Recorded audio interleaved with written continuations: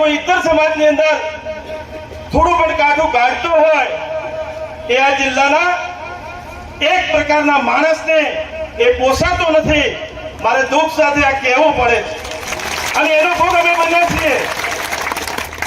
આજે મારે ખૂબ દુઃખ અને વેદના સાથે કહેવું પડે છે કે આજે મેં 10 વર્ષ સુધી ભારતીય જનતા પાર્ટીની અંદર મારા પ્રાણ રેડ્યા હોય, 5 વર્ષ સુધી મેં ધાનેરાની સેવા કરી હોય અને જ્યારે ટિકિટનો વારો આવે ત્યારે એક વ્યક્તિને ખબર હોય કે આ વ્યક્તિ આ વખતે જીતી જશે એટલે કોઈ પણ પ્રકારે કોઈ પણ સંજોગે અંદર ટિકિટ કાપવાનું દુઃખ કામ કર્યું છે.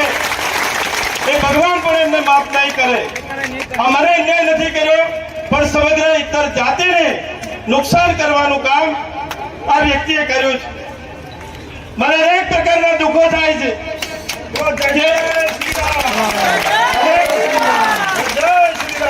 અનેક પ્રકારના દુઃખો થાય છે કે આ વિસ્તારની અંદર વિકાસ